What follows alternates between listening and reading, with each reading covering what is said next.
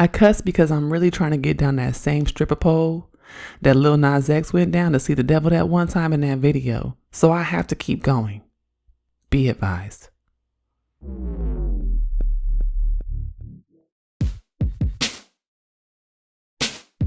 Hey y'all, I'm Jenn. I'm from Oakland and I'm an androgynous, black, lesbian feminist and a lover of all black people. This is Daren. I'm an asexual novelist, researcher, and bona fide comic book fanatic from the whitest part of Southern California. Orange County. We're queer millennials with 3 kids and nearly 20 years of marriage. This is a podcast about the realities of blackness, adulting, and relationships. This is That Black Couple.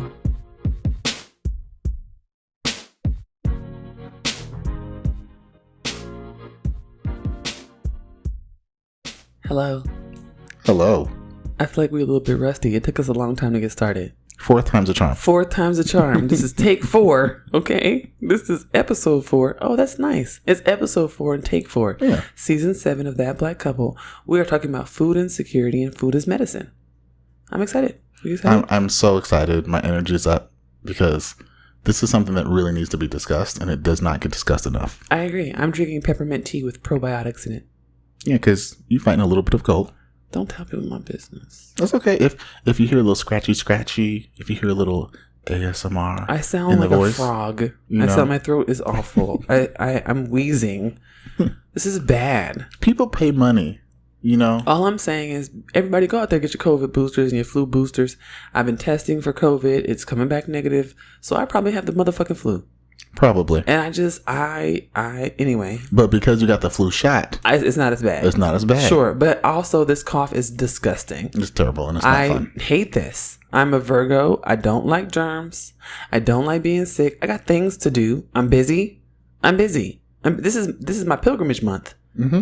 Boogers was not on the schedule. It's a hindrance. You mean I've been on a book tour all this year? Been fine. All over the country. Been fine. Birthday comes and I'm like, that's nasty. And if you can catch it with as clean as your hands are and as much antibacterial I wash my hands use, 14 times a day. And how often you have a mask, everyone listening should definitely be getting the shots. Just want to say, anyway, I'm not bitter. I'm just a little bitter. So if I cough, y'all, that's what it is. I'm upset.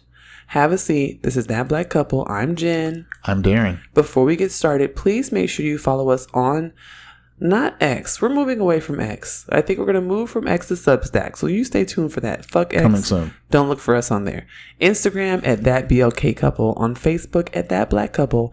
And look us up on the internets at www.thatblackcouple.com. And you can stream us everywhere the podcasts are streamed. I'm not going to list the outlets because the industry's going through a change and a lot of stuff is going away. Hopefully Pandora goes away. But again, no, it ain't gone. I said hopefully Pandora goes away. Don't count Pandora out. I'm tired of Don't bet against Pandora. They've been around this long. Why we got to get rid of them now? Okay. Because it's stupid and ghetto. Anyway, like I said, you can find us on all the streaming platforms. So when you tap your friend on the shoulder and say, hey, I got this really great podcast that you need to hear about. And they talked about food insecurity. And I think that this would be really important information to like enrich your life. And they say, where can I listen? Tell them everywhere podcasts are streamed. Was that like the shoulder tap like from Spider-Man into the Spider-Verse? Like, hey. No, not that one. Oh. No, this is like a ding, ding, ding. I want to tap somebody like, hey, one day. Hey. I want to go walk up to a woman and be like, and tap her on the shoulder and be like, hey. You know? And if she's the right one, she'll be like, oh my God. Oh my God. I got hit with the hey. You know what I'm saying? If you out there, you know, and you want to get hit with a hey, you just look for me and see if you receive a hey. Yeah, I want to see it in the comments of this episode. Please, if you want to get hit with a hey, hit me with the hey. Put in the comments. Hashtag hit with the hey. I'm just saying. Anyway, let me get serious. This is a serious episode. You ready to start, Daren? Let's go. Okay, let's hop into segment 1. First things first, we are talking about food deserts. We're talking about food and how it makes us feel. Listen, people who know me know that me and food got an intimate relationship. I be triggered. I'd be triggered. And I didn't realize that I had food triggers until I was very well into adulthood, and I realized that other people didn't have them. I grew up with a mother whose mother grew up in the Great Depression. So my grandmother grew up in a very, very difficult time, and she had a lot of, I think, behaviors still related to having grown up very, very poor and not having food to eat, not having consistent housing, and not having the reliability of knowing where her next meal was going to come from.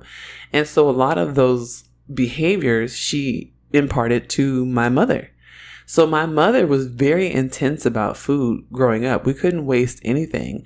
And she cooked a lot of old school, soul food, like chicken feet and pig feet and chitlins and liver and onions. And listen, I don't care. I genuinely don't care if anybody has anything to say about my black card. Chitlins is nasty. Okay, I don't care. Chitlins is nasty. Chitlins is nasty. They smell nasty. They taste nasty. They look nasty. There's nothing about a chitterlink or a chitlin that is appealing. There's nothing about it. I'm not putting it in my mouth ever again. But I will say my mom loves them. Okay? Like loves them, salivates over them, and would have them up in the house. And, and if I put it on my plate, I had to eat it, which is a really fucked up rule. I do feel like in a lot of ways, my food triggers, having grown up with my mother who made me eat things and I would promptly go throw them up. Yeah. Because I have a very sensitive gag reflex. And what's the value of eating what it if you're going to throw it up? I literally would. She eventually stopped because she's like, you puking up all this good food. You know what I'm saying? But like, I think, I didn't realize how much of that had shaped me until I got older and I had children of my own. And I grew up in a food desert. I grew up in a place where we had grocery stores. We had, Walgreens and stuff that was walking distance. But based on the rules about what a food desert is, I technically grew up in a food desert. Mm-hmm. And there was a lot of fast food around me. So I grew up eating a lot of McDonald's, a lot of Wendy's, a lot of Taco Bell. I ate a lot of Denny's and IHOP. I thought that a high-end nice restaurant was Olive Garden or Red Lobster for a very long time. So for me, it took me becoming an adult and looking back and realizing, oh, wait, like I grew up eating food that really was not medicine. Like it was not nutritious. It was not healthy, and it was not helping my body to survive. And I look back now at some of the folks who still live there, and it absolutely has affected them. It has affected their life outcomes and their life chances. Yeah, it's interesting because I feel like with the two of us, I feel like we're also two sides of the same coin. Yeah. Because, I grew up in Southern California, affluent areas where we had access to food. I could walk to a grocery store if I wanted to. I actually did it a number of times just to get, whatever the hell I wanted. Yeah, Ross is very close to your house. But more often than not, I was walking to Del Taco or I was walking to Carl's Jr. Yeah. They were next door. They were all right there in the same. And, if I was choosing, that's what I was choosing because that was what I wanted. And it was partly because of how I was raised. I was very much like a latchkey kid. I was very responsible. And so my mom kind of just let me manage myself. And being the tourist that I am, I love to eat and I love good food. And so I would eat whatever just tasted the best to me. And especially as someone who was not taught to cook growing up, right?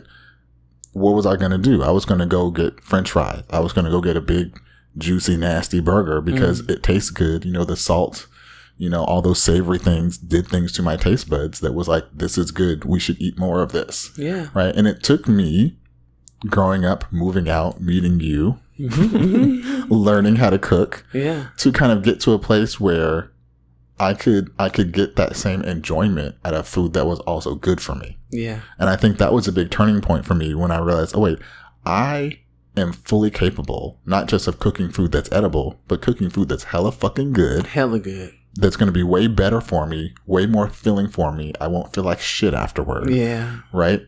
But it took me really building a relationship with food in that way. Yeah. And for me growing up, I never had that relationship.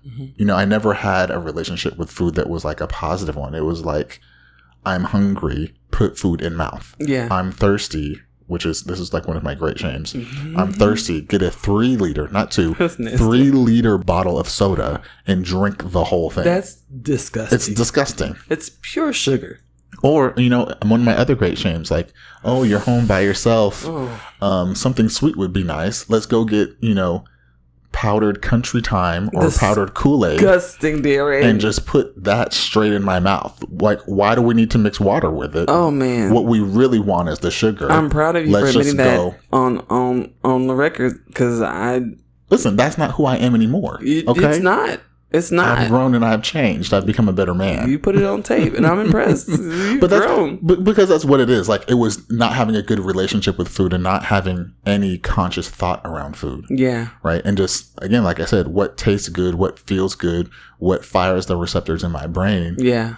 To yield a certain response. And that was my whole relationship. Yeah. And I think in this episode, as we're talking about, relationships with food, as we're talking about people who don't have access to food, all of these types of things, I think it's important that we really think about food in that way as not just like a resource that you just need to get into your body. Right. But how do you build that healthy relationship so that it actually is nourishing to you? I agree. This podcast is supported by generous donations from our patrons and listeners. Become a supporter today by heading to www.patreon.com/colorcombosmedia. You can stream the show on iTunes, Spotify, Stitcher, Google Podcasts, and SoundCloud. When you listen, please consider hitting that heart button, sharing, giving us a 5-star rating, and leaving some dope comments. This helps us with our page rankings and gets more listeners for the show. Thank you so much. We're back. We are back. Now, this is a really, I would say, tough subject to talk about. Yeah. But I'd be lying if I said I wasn't a little bit excited, because I'm about to dive into some research numbers. Oh, yeah. And research always gets me a little bit excited because I believe knowledge is power. Okay? Also, this is some stuff I think that people don't really know. Yeah, it's stuff that you don't know. It's readily available, but I think it's interesting to know, and I think it helps people understand the world that we live in. Absolutely. Because I think a lot of times we don't always understand outside of our own little bubble. Sure. So we're talking about food insecurity, and a big element of that is food deserts. So I'm going to dive into like, what do those things mean? Okay. Right? So food insecurity is the state where individuals lack reliable access to sufficient, affordable, and nutritious foods. Right. And the concept of food deserts and food insecurity has been talked about a lot for a lot of years, but I feel like it's kind of just like thrown out there with no real context or no depth. According to the USDA, about 37.8 million people in America face food insecurity. How many? 37.8 million people. Jesus. And remember, food is like, that's how you live. Like, yeah.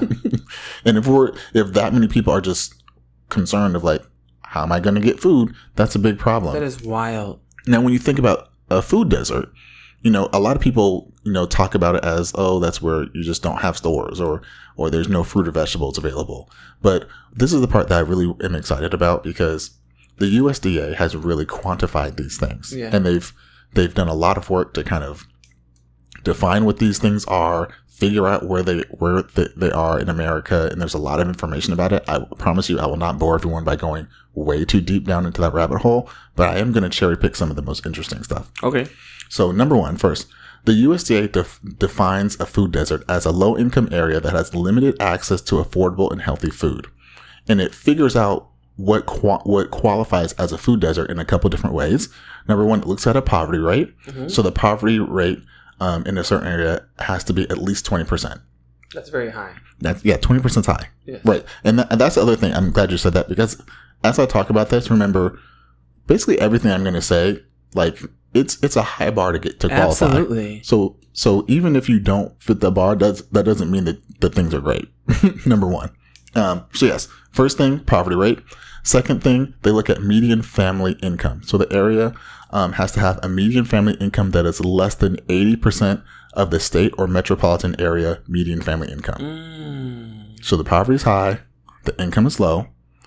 The most important one, and the one that I find the most interesting, is distance to supermarket. Yeah. the fact that they figured this out and like did the research is like, this is 100% my shit.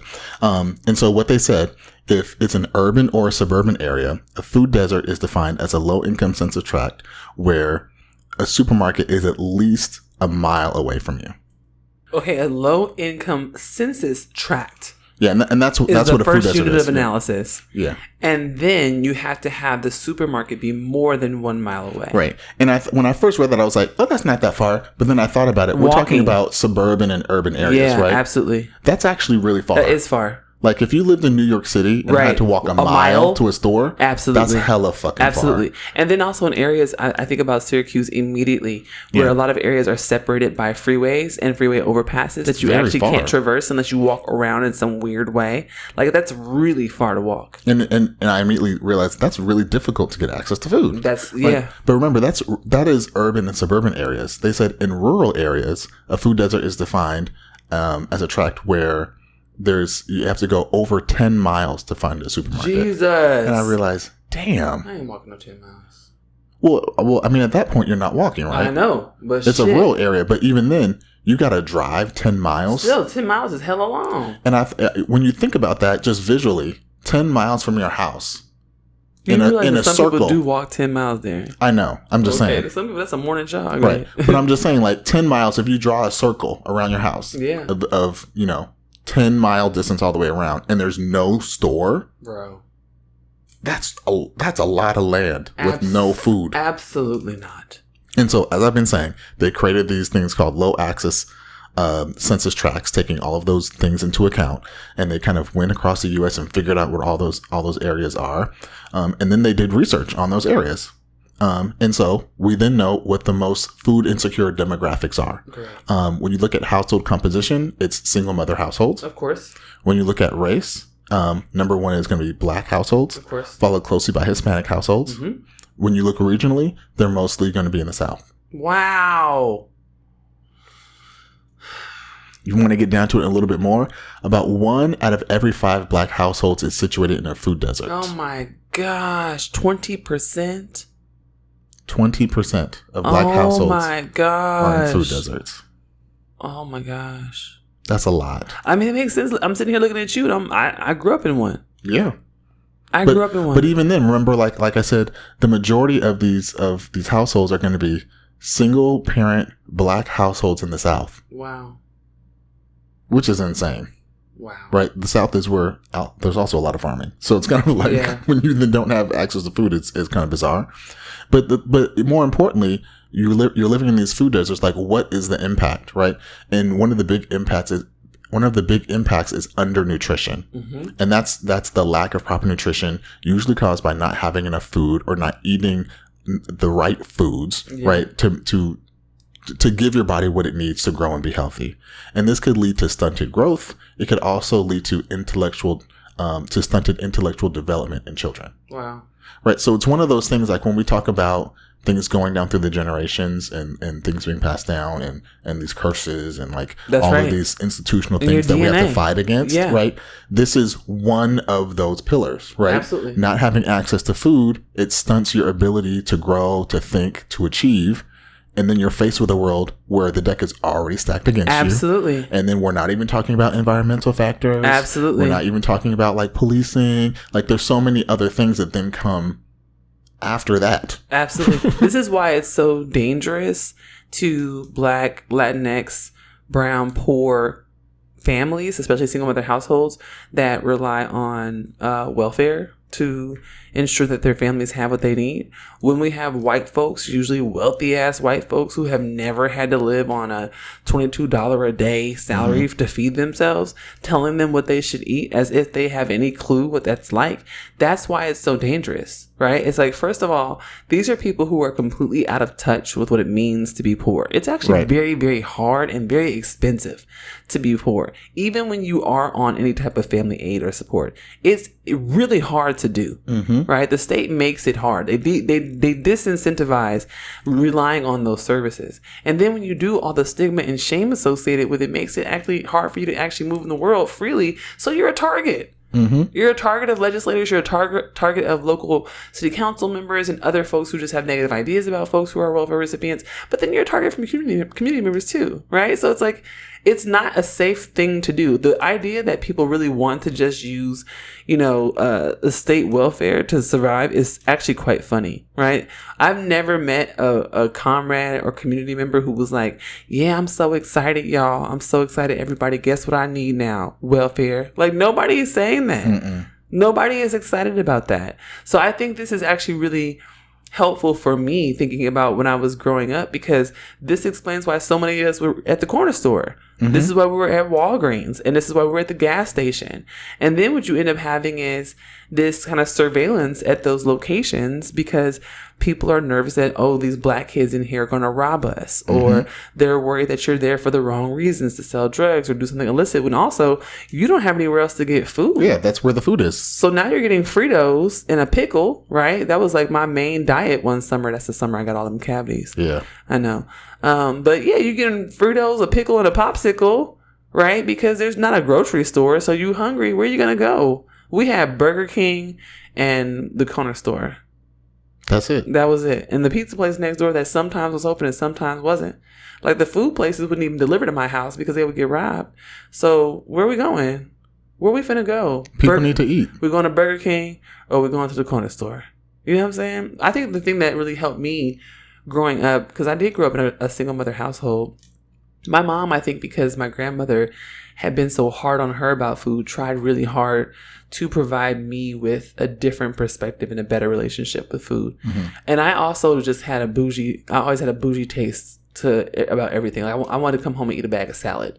Yeah. She couldn't keep salad in the house. So, like, my favorite food brand was Fresh Express. You know what I'm saying? Like, I had a favorite salad dressing at 10. I was like, Mommy, I just want cheese Fantastico and not the light. I need the full fat. You know what I'm saying? Like, that's how I was as a child. So we was in the house eating Fig Newtons together, So I know that I was also kind of weird, Yeah. But my mother, she did raise me not to eat a lot of sugars, because she was trying to change her relationship to food.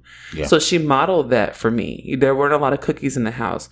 Even though we didn't have a lot of money and she was a single mother, she would go to the Wonder Bread factory and she would buy loaves of bread each week because they were cheaper at the factory than they were at the local store. So she would drive further out and spend some gas money, but then she could stock up on bread and put it in the freezer. She would find ways to get food at a discount that was healthy for me, and that I could come home, make myself a snack that wasn't, bad for my body. I rarely ate TV dinners. I rarely ate, I did kind of sneak some of them little burritos. Remember the little burritos that was kind of good? They was fire. Them little burritos you put in the microwave. I don't know what you're talking about. Them was busting. She wouldn't let me get too many of those. She was like, no, you need to make your own food. So she taught me how to cook at a very early age, and she was like, you'll be home by yourself. I was also a latchkey kid, and I would have to come home, make myself some noodles and spaghetti. You know what I'm saying? Like, I made myself a grilled cheese sandwich. I made myself food because she refused to have me grow up eating things out of TV boxes and stuff. She was very, very much against that. So I think, I'm grateful to my mother for all the farmers markets we went to. She taught me how to pick plums and peaches, and she would sit in those farmers markets and smell those fruits, and I'd be like, wow, So I think, it's really unfortunate, right, that because of her experience growing up in a food desert and growing up food insecure, she had to do so much work as an adult, to change her relationship with food for me and for my brother, And I think that it was really hard for her in her 40s and 50s because she struggled with her weight her whole life. And part of it was trying to change that for herself because she had such an unhealthy relationship with food, having grown up in a place where she didn't know where she was going to get any food. And we're not even talking about the psychological and the physical aspects of this, right? Yeah. When your body goes into a state where there's food insecurity on a consistent basis, it begins to hoard. Right? So it holds on to the fats, it holds on to the sugars, it holds on to the carbs and all the resources because there's a fear, oh wait, this is going to be gone at some point. Yep. And so in some of that is like, your body not knowing when to shut that off. Right? And so this whole reprogramming and deprogramming that has to happen is not just, a emotional relationship. It's also a physical one, Yeah. So I just think that, this is a really important conversation that we're having.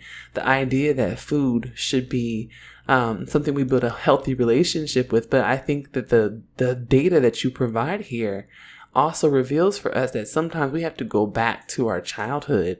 We have to go back to our parents' childhoods. We have to go up to our grandparents' childhoods to understand where our relationship stems from. Yeah. Right? It's not always going to be just, I have this relationship because this is how I grew up. It could also be, this is how I grew up and my mother or my father struggled with food, or my mother or my father, in your case, for example, had a great relationship with food. I love the relationship your mother has with food. Like, she had a father who was a chef. Yeah. And this is why I think that you had so much food freedom growing up. I remember the first time you said you're eating ice cream for breakfast, and I almost died. I said, "You're doing what?" Once, maybe twice a year. I think I said, "Can we do that?" I was like, "Are we allowed?" That's what. Yeah, every Christmas, that's what we would do. We would have what we called Cheerio balls. Yeah. Where instead of milk, we would have ice cream. Never You'd heard have of Cheerios. We would have ice cream, vanilla ice cream with Cheerios on top, and it was like eating cereal. Never heard of anything like that in my life. I was shocked, and I think that helped me to see, like, meeting you also helped me to see, I can have a healthier relationship with food when I'm not so afraid about when my next healthy meal will come. Mm-hmm. And the other thing that's coming to mind for me as we're talking about this is, now, as parents, now we are in charge of the relationship that our kids have with food. Right. And one of the most beautiful things to me has been watching our youngest son build his relationship with food. And it's not, we talked about, like, your body needs sustenance. Yeah. Right. And you talked about, like, relationship and what kind of relationship you can have with food. What's been a joy to watch for him is the self-reliance that you can build, and the sense of accomplishment and ability and that pride you can have in food. So like watching him learn how to cook food and being able to trust that he can go into a kitchen and produce something edible and healthy and safe to produce something really good. Like, I know his big thing, like when he first was like, I want to learn how to cook, was grilled cheese sandwiches. Yep. And we taught him how to make grilled cheese sandwiches. And I swear. Excuse me. Okay. You taught him how to make grilled cheese sandwiches. Thank you. And then, I swear, like, every day after school, it was like, I'm going to perfect my grilled cheese sandwich. And to this day, when he wants a grilled cheese sandwich and he makes it, he runs around the house and shows everyone, like, look at the char. Look at both sides. Let me turn it over for you. Look how golden it is. And it's like, it's great because he's making something for himself. He's making something fresh. I know that he will grow and be able to leave the house and be able to, feed himself in a way that's not just junk. But also, it's like this pride and this joy that it imparts with him, right? When we think about food as medicine, like, it's not just physical medicine to make your body be healthy and strong, but there's also these psychological, spiritual aspects of it that are very, very important. I agree. I think we'll talk more about it in the reflection, but I think that's absolutely right. I think there's something about a closeness with food that I think I really have enjoyed watching my kids have. And it was important for me that you have that too. It was important that all of us be able to have that, because I love cooking. And I remember as a child when my mom would teach me how to do something, and I remember that feeling, right? I remember that first time when somebody bit into a piece of chicken I cooked and they liked it. And I was like, oh, you like my chicken, right? Like, I remember graduating to greens and becoming the greens person, and I just really want that for all of you. I want y'all to be able to feel that joy of, I made this medicine for you, You can find my mom and dad, aka That Black Couple, on the web at thatblackcouple.com. That Black Couple is owned and operated by Color Combos Media. If you would like to help fund our content, sign up at www.patreon.com/colorcombosmedia. Please consider giving us $5 or $10 per month to help us build our platform and grow our organization. You can also give one-time donations at www.paypal.me/colorcombosmedia. All donations are welcome. Okay, we're back. We are. It's the reflection. And I'm holding on my cough sin. You're doing a great job. Whew, it's rough out here. Okay, so we are reflecting on food as medicine and what that means today. And I wanted to talk about this movement of Black farm workers and Black care workers who are getting tethered to the earth. Mm-hmm. I've noticed a lot of community farms. I keep thinking about Tanya Denise Fields, who's doing community farm work in New York City. And she goes by Mama Tanya online. She's super dope. She cooks and does these amazing podcasts, and she's been on TV. She's really dope. But what I like about her is that she's super Black and super about that Black feminist life. And she growing food. You know what I'm saying? Mm-hmm. Like, she got bottom grills. You know what I'm saying? Like, you know what I'm saying? Like I really am feeling this moment where, you know, this kind of stereotype about Black people not being in nature, you know, is gone, because that was always bullshit. Like, the idea that white folk have dominion over the land is actually hilarious to me. Backwards. The people who have always had to go out and try and find shit from other people, literally that's what they were colonizing for. Why would you think they went to India the first fucking time? Like, they was looking for seasoning that they wasn't even gonna never use. Mm-hmm. Come on now. Like, anyway, I'm getting a little distracted. But my point is that, you know, there's this really awful trope about Black Americans that we are averse to nature, that we are averse to getting into the land, and that we're averse to being attached to the earth. And that is antithetical, at least to my experience. Like, I knew growing up, even though I grew up in a city, a very highly dense metropolitan area in Oakland, I knew that my great grandmother was from Arkansas, and I knew that my people were from Texas and from the South, and that they had land. I knew that my grandmother had a garden. People talked about her collard greens and her tomatoes and her okra and the things that she was growing in West Oakland. You know what I'm saying? Mm-hmm. Like, my grandmother didn't have land because she was on Section 8 housing, but she knew how to grow. Like, she had plants in her little apartment. My mother is incredibly good with plants, and you know, I finally have gotten their green thumb. I have 80 plants in my house, and every summer now we're growing on our back patio. Like, we have raised garden beds. We're growing a lot of food here, you know? So I just really, I think in this reflection, want to just think about how this conversation about food being medicine is also about the ways that tilling the earth is medicine for us, right?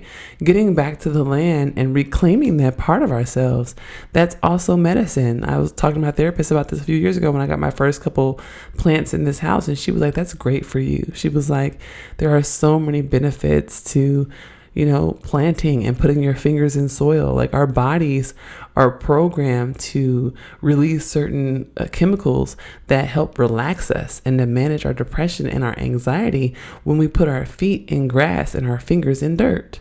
Like, we are meant to do this work. And I wish that, you know, more of us, more Black folks, were able to overcome those stereotypes and really get back to it. Wow. It's interesting because, you know, I mean, I have a complicated relationship with my dad and my dad's side of the family. Yeah. But one of my like really fond memories is, I think I was 16 years old, and it was the first time I actually got to go visit my grandparents in Virginia. And I went to their house, and they live in farmland. Yeah. And it was like, we drove up this long dirt road to their house, and there were like watermelons on the side of the road, and they had like, you know, rows of collard greens. There was corn growing everywhere, and they had like a peach tree on the side of their house, and they had a big bush of blueberries on the side of their house. And I'll never forget walking around their house and picking a blueberry off of the tree and putting it in my mouth and being like, have I eaten a blueberry before? Before today? I don't think so. I think this was the first time I've ever had a blueberry. And but that's the thing too, right? Like, my dad's side has a whole long history with farming. And it's still very big in farming today. And it's one of those things where it's like, this has been in us. Yeah. Right. And we might have been pulled away. Yeah. Or told a lie that it's not a part of who we are. Yeah. But when you return to it, yeah, like it feels like home. I agree. And I think that's part of when we talk about food being medicine is even just that feeling of feeling like this is part of who I am. It's a part of my identity that I might not have even been aware of until it was presented to me. Yeah. I love that for us. I love that for millennials. I love that for the Gen Ayers, right? I think it's really us. I think it's us and our children who are benefiting from it. And I love what that means for the climate. Mm-hmm. I love what that means for the ways that we're thinking about composting in the land. Like I love what that means for all of us. I've heard so many young people talking about wanting to build communes and get farms. Like I've met people with lots of elevated, accelerated degrees being like, my inevitable goal is to retire on a farm. You know, like that's the dream now. And I love that for us.